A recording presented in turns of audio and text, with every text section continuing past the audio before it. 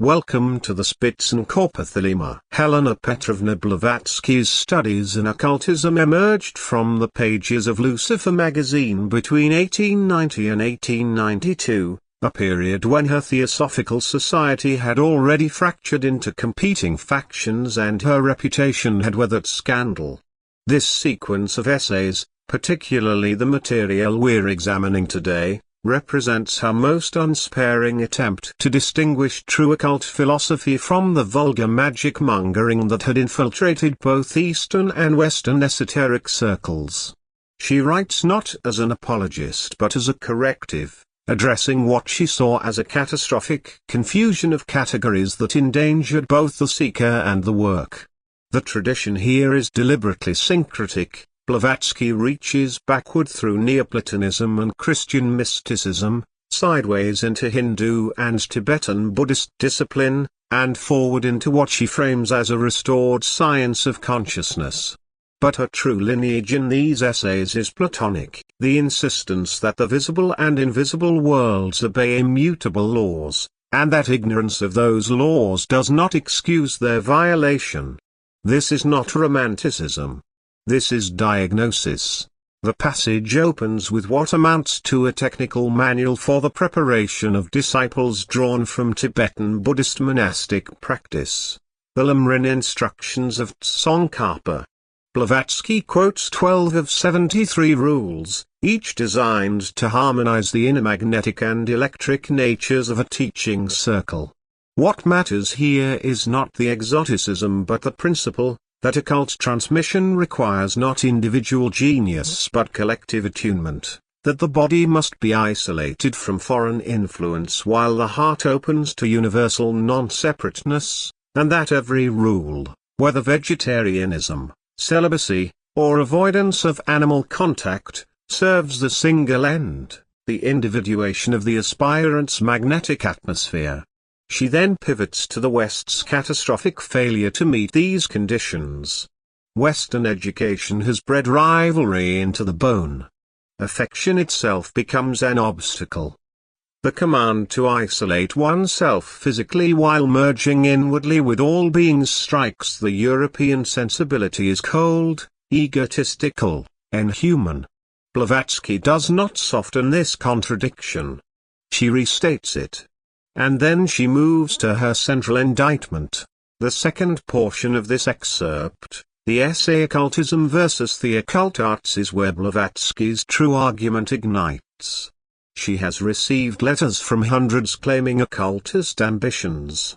They are, she declares, almost entirely on the highway to sorcery. They confuse magic, power over natural laws through knowledge of their operation, with occultism, the discipline's transformation of consciousness itself. They read Eliphas Levi's dogmatic ritual as instruction rather than as encoded poetry. They think a guru and a mantra are sufficient.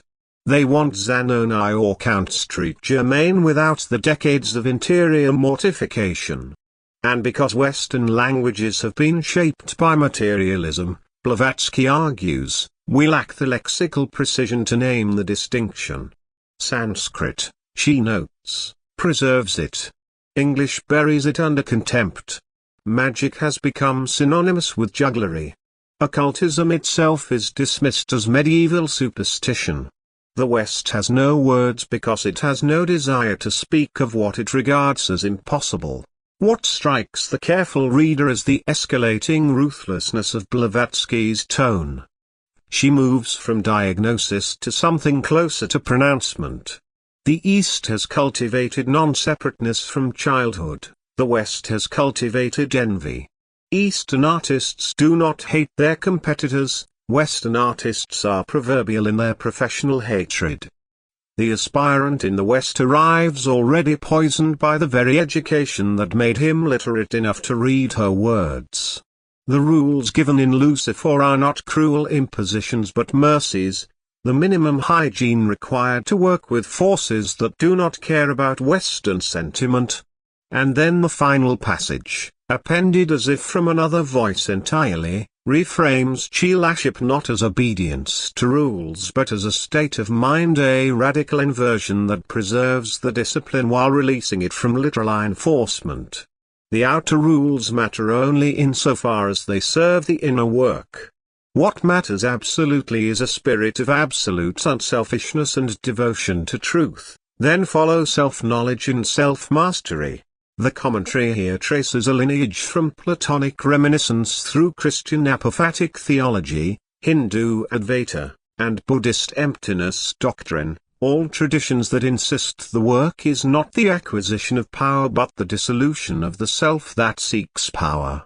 Blavatsky's innovation is to render this inward turn as a technical requirement rather than a moral ideal. You cannot develop occult faculties while remaining emotionally entangled with your competitors because emotion generates magnetic interference. You cannot ingest animal flesh while pursuing higher knowledge because flesh carries the psychic imprint of the animal's death terror. These are not ethical abstractions. They are frequency hygiene. What she seeded here was a complete reversal of the magical imagination that had dominated the Renaissance and Baroque occultism of Agrippa, Paracelsus, and the Grimoire tradition. The power does not come from commanding spirits or binding angels. It comes from the progressive extinction of the personal will. And the West, she insisted, had almost entirely mistaken the direction of the work. Next, Arthur Edward Waite, The Doctrine and Literature of the Kabbalah. The Spitzen-Körper Thelema. If this archive serves you, support it on Patreon. Link in the description.